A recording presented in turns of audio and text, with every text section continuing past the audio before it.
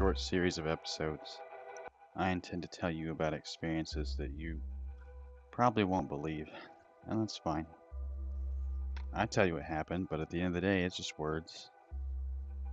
You might think I'm crazy or believe I'm fantasy prone. Judge it all you want. I know I do. Whether you think my story is real or not, I'm telling you I experienced it, and let's just start there. Truth be told, I have desperately wanted to tell this story, but I hesitate to let people know that it's mine. I think that in many ways, people are their collections of experiences and how they react to those experiences. And at the end of the day, the reaction is probably the most important. The experience is where they've been, but the reaction is where they're going and what they're making of themselves. So, to give you the broad outline, a youth troubled by repeated interactions with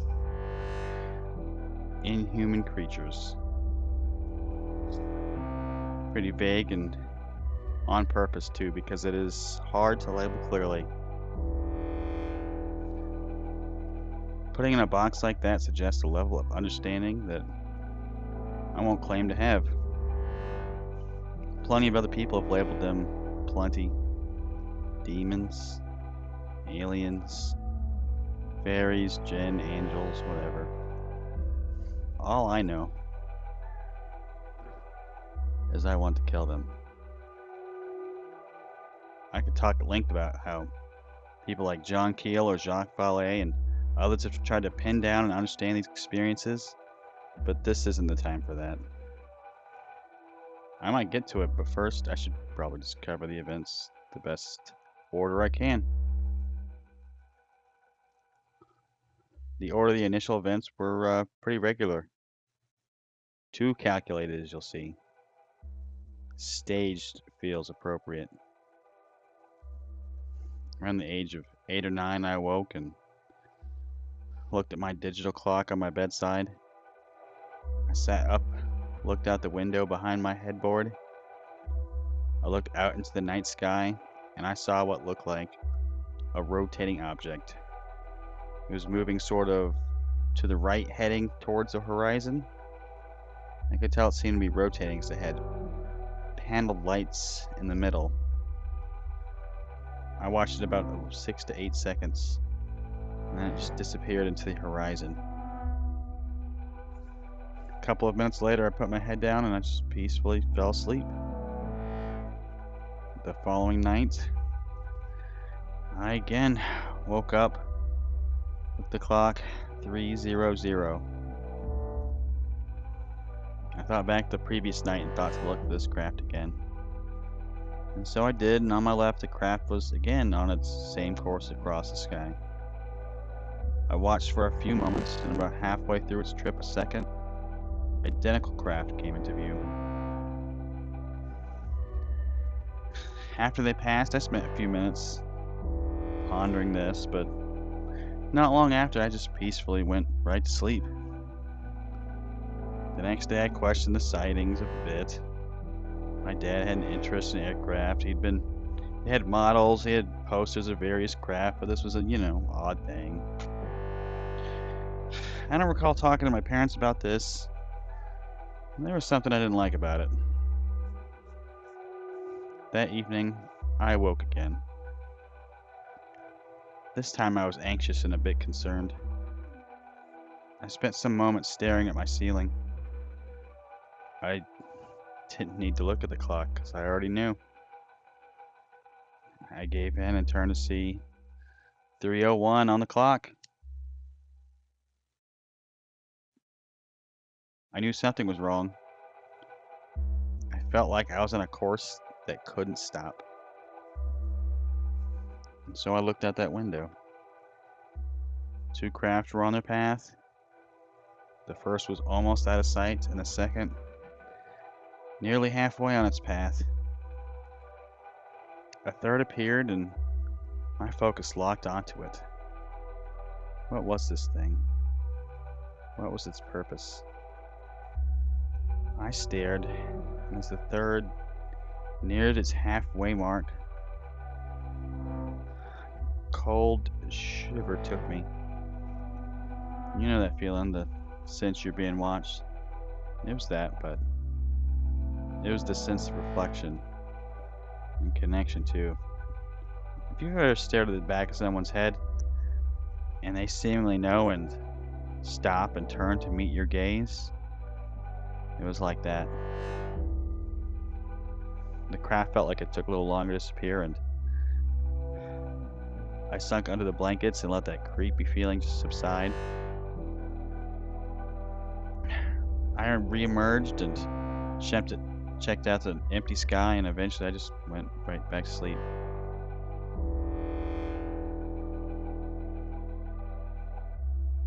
A few weeks passed without any strangeness, and I felt a relief. I woke up a couple times and surveyed the sky, but nothing was there. About a month after this awakening, it really started. I awoke to a whisper. It was sort of slow and had a breathy quality. All it said was my first name. I hate the sound of my own voice. I mean, most people do, but I can try it.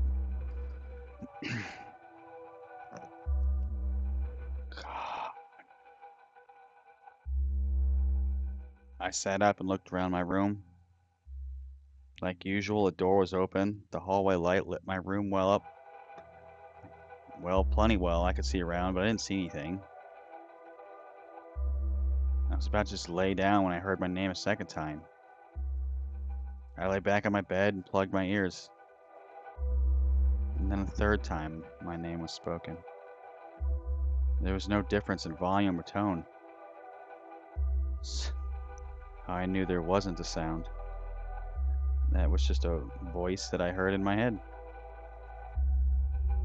Before I could truly think about it, my name came a fourth time.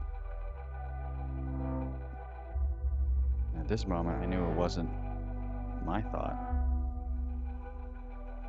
I sat back up and surveyed an empty room. I turned to the window, and I saw an empty sky. There was no craft. I looked down into an empty backyard, and then I saw it. Just to the right of my fence, my neighbor's driveway. Pretty much the classic gray alien. Sort of a white gray, looked like it was maybe 5 feet tall, but you know, childhood memories seem to distort size. Skinny build, a head too big for its frame, big dead black eyes, and it was waiting, staring up at me. Our eyes met, and I don't recall a single thought. I don't think I had any. I want to say I was gripped by terror, but I think it was gripping me just as much, if not more, probably more. I don't know how much time passed. I know it was more than a moment. I was absolutely frozen. And then it just broke eye contact. It turned its head, walked down the driveway, and out of sight. I was unfrozen the moment it turned its head. As soon as it broke eye contact, I just saw it walk. I hid in my blankets, and at some point I slept. I really didn't know what to make of the creature, and I don't know if I talked about it the next day. I think maybe so, but I didn't really have time to dwell on it. It or they or whatever it was persistent, and it continued to escalate. The next night, I awoke in a state of panic. I'm pretty sure I noted the regular time on the clock. It became a habit really quick. Pretty instantly, I noticed I wasn't alone in the room. My door was open to the hallway. Like, the door wasn't snug against the wall because that being was between the door and the wall. About half of one eye was visible beyond the end of that door. My heart jumped, and I'm sure my recognition was obvious because its head tilted almost immediately. It's the first time I found myself in this cat and mouse game. I was faced with a mysterious intelligence, and it was smaller than a grown adult person. It was still plenty bigger than I was. It had chosen to watch from the shadows, and while it had been found out, it didn't press the issue and fully reveal itself. I didn't think it would be able to run. I didn't think I could run from this thing, and I certainly didn't think I could fight it. I just hoped that it would leave on its own.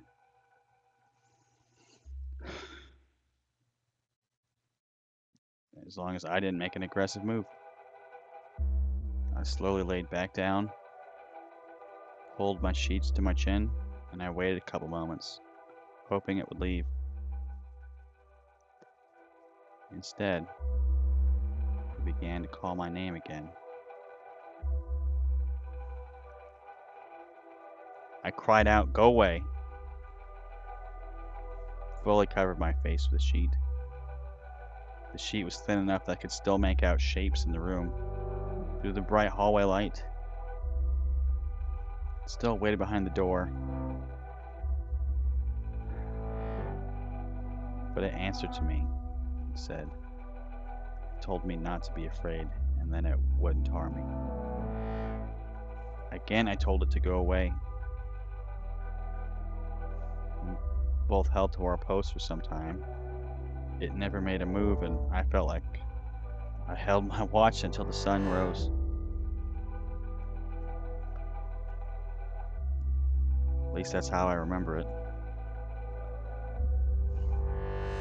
I didn't have much of a chance to make sense of this thing.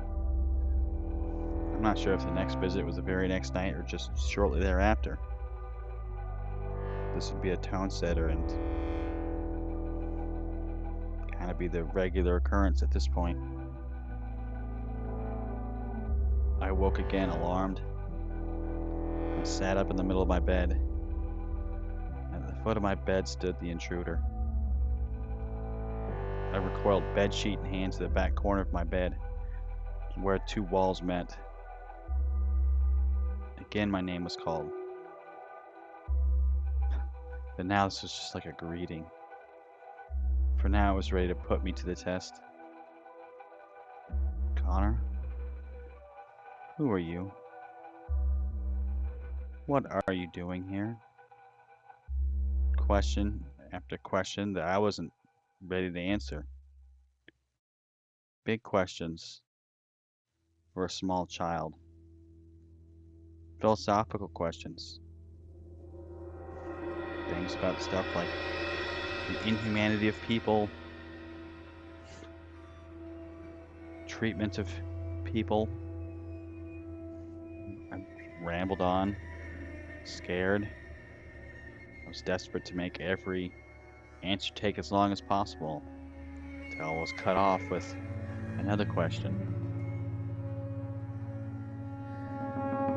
I tried to ask my own questions to no avail. It seemed to just go on forever. At some point, the questions stopped. And sometime after that, I think I found sleep.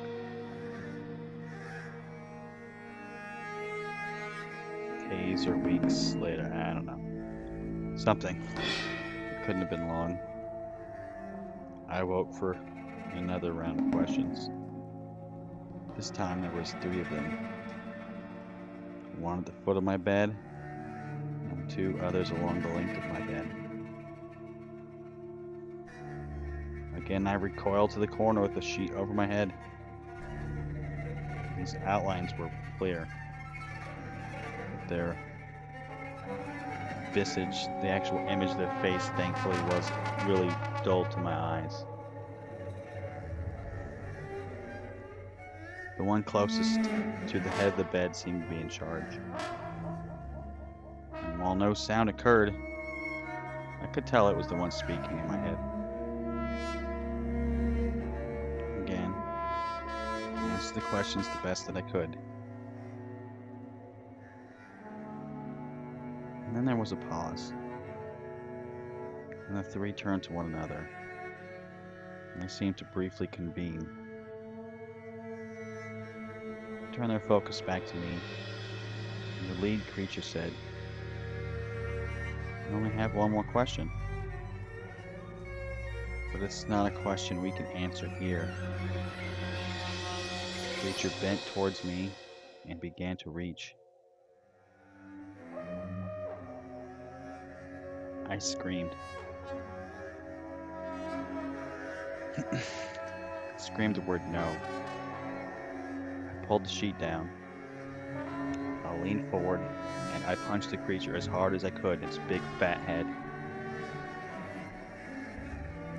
Its head was squishier than you think a big melon head would look like. The creature seemed stunned but unharmed. It seemed to move back for a moment, gather itself, and then proceeded to lean forward like it was about to make a second attempt. But then it paused. It stood straight up, and the three creatures convened again. I returned to my corner and so did the sheet covering my face. Scared to death really doesn't cover this. Worse than death to my imagination. And then more words followed. We can be patient. We can give you whatever you want. If you're with us, you can take whatever you want.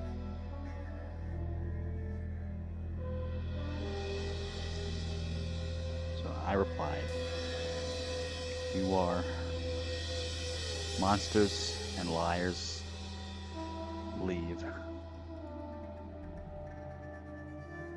And they answered, "Can wait. You will want to come with us.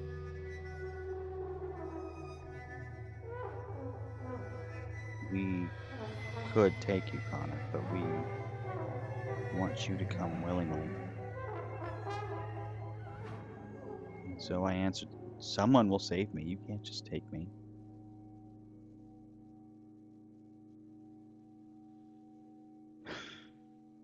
Like a sense of glee, it said, "No one can save you, Connor. It's just you and us. Who could save you?" I'm still scared, but now angry. I said, "My dad will save me." It replied, "Why don't you call out for him? He will not come and save you." And that's what I did. Cried out my parents' names and my older siblings.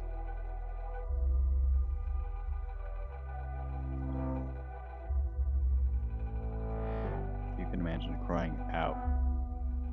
You think someone's right around the corner. Just about everything you got. There was no response. I did it again.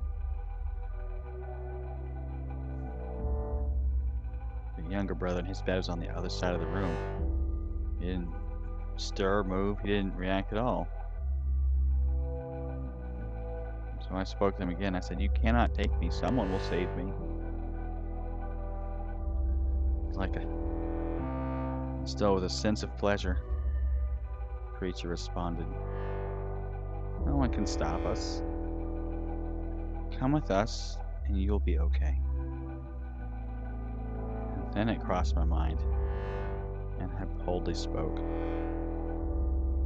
"Jesus will not let you take me. He will save me. And the beings convened yet again. And the lead being asked,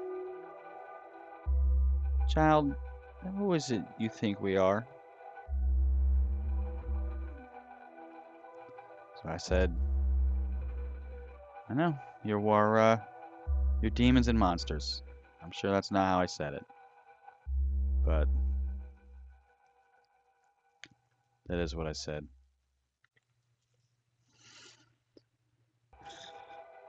And so it responded, "Maybe we are.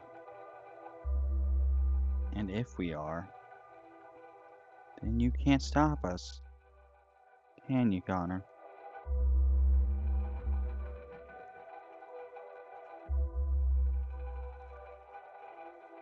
Softly and cautiously,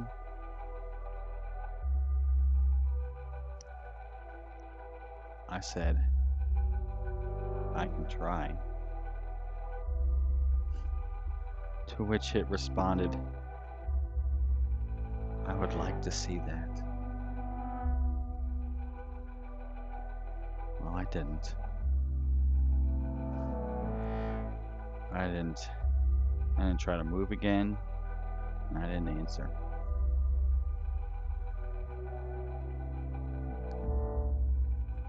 I went to believe there was a stalemate set, and I found sleep near the dawn. I want to believe that. Not too long after that evening, I had a different kind of experience.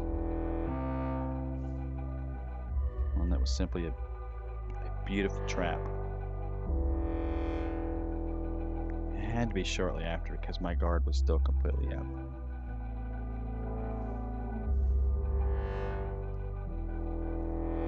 I woke sometime in the night. There was no voice. There was a strangeness in the air. My door was open as usual, but before I saw it, I almost felt it. My room, the hallway especially, was bathed in a beautiful, serene blue light.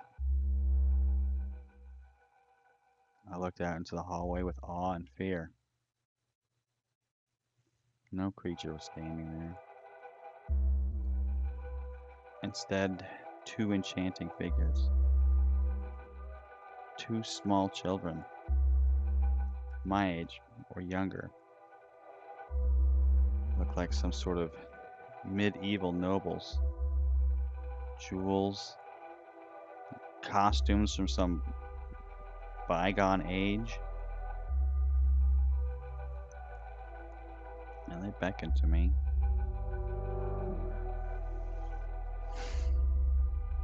Perfect, beautiful, but normal looking boy and girl. Like they walked out of a fairy tale and right into my hallway. They waved and they just gestured for me to join them. I was still only about 8, but it's a fresh psychological scar. 8, I knew a obvious trap when I saw it. At least that's what I'm calling it. I don't know if that was an illusion or real children. And I covered my head and I went to sleep. I had many more games that were coming my way. But that was the only beautiful one.